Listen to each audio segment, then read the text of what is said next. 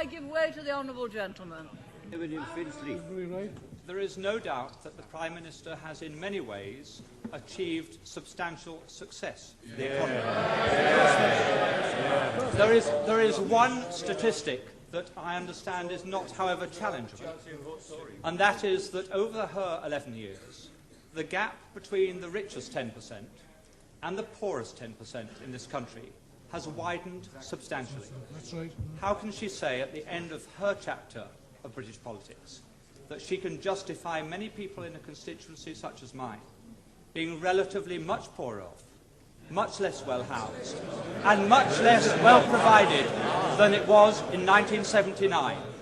Surely she accepts that is not a record that she or any Prime Minister can be proud of. Mr. Speaker, all levels of income are better off than they were in 1979. But what the honourable member is saying is that he would rather the poor were poorer, provided the rich were less rich. That way you will never create the wealth for better social services as we have. And what a policy! Yes, he would rather have the poor poorer, provided the rich were less rich. That is the Liberal policy. Yes, it came out. He didn't intend it to, but he did. I give way to the honourable gentleman. I'm extremely grateful.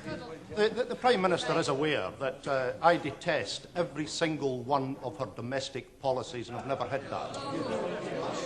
And I think that the honourable gentleman knows that I have the same contempt for his socialist policies as the people of East Europe who have experienced it have it for theirs.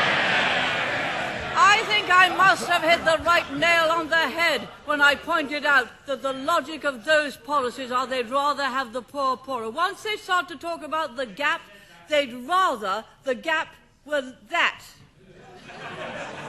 Down here. That.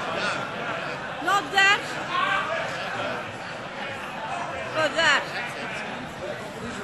So long as the gap is smaller, they'd rather have the poor poorer. You do not create wealth and opportunity that way. You do not create a property-owning democracy that way.